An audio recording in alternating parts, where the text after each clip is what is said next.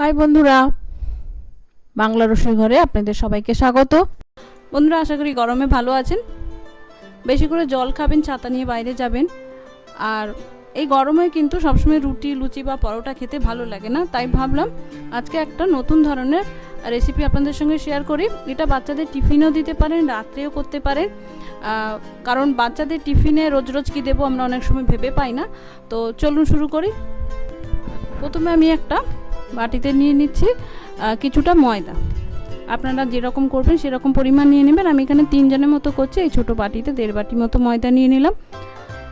দিয়ে দিচ্ছি একটু নুন আর জল দিয়ে আমি একটা স্মুথ পাতলা ব্যাটার করে নেব। খুব বেশি পাতলা না, আবার বেশি ঘনও না। এই যে এরকম, এর থেকে আর একটু পাতলা হবে, তবে একটু পরে আর একটু পাতলা করব। এখন এটা রেখে দিচ্ছি। এবার এই পুর ভরা পরোটাটার একটা স্টাফিং আমি করে নেবো। তার জন্য এখানে নিয়েছি একটা গ্রেট করা গাজর, শসা কুচানো, ক্যাপসিকাম কুচানো, পেঁয়াজ কুচানো আর কাঁচা লঙ্কা কুচানো। এগুলো সব একসঙ্গে আমি একটা বাটিতে নিয়ে নিলাম। দিয়ে দিলাম ধনে পাতা কুচানো, দিয়ে দিচ্ছি নুন,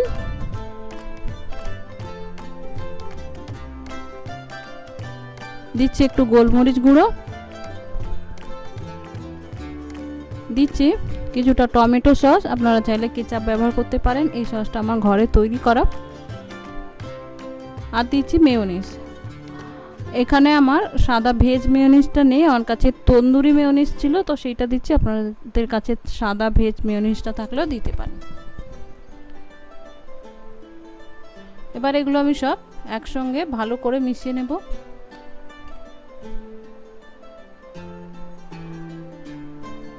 এবার এইদিকে যে ব্যাটারটা করে রেখেছিলাম সেখান থেকে আমি 2 হাতা মতো তুলে রাখলাম। এটা কেন রাখছি সেটা আমি পরে দেখাবো। এবার এতে দিয়ে দিচ্ছি 1 চামচ মতো তেল, সাদা তেল, আর দিচ্ছি একটা ডিম। এবার এটা আমি ভালো করে মিশিয়ে নেব।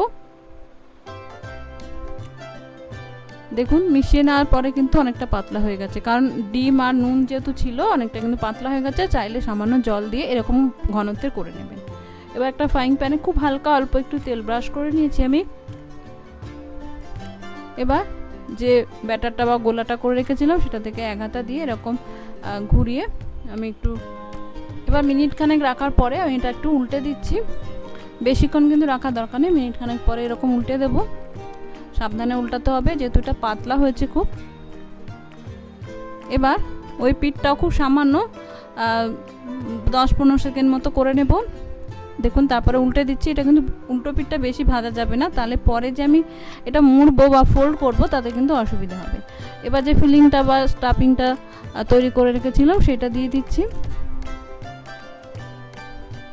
দিয়ে এবার এরকমভাবে মুড়ে নেব।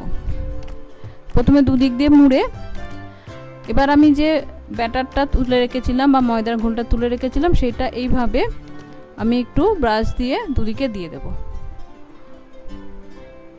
এবার খুব সাবধানে এভাবে আমি দুদিকটা আবার মুড়ে নেব।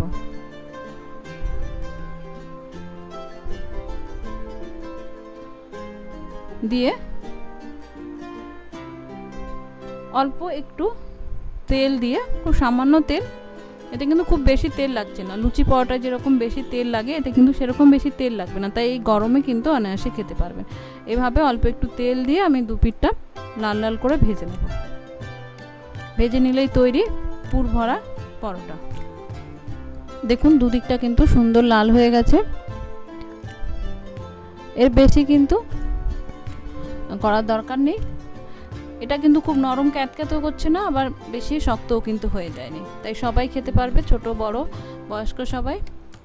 তো বন্ধুরা, রেডি আমার পুর ভরা খুব সহজ সরলভাবে করা পরোটা।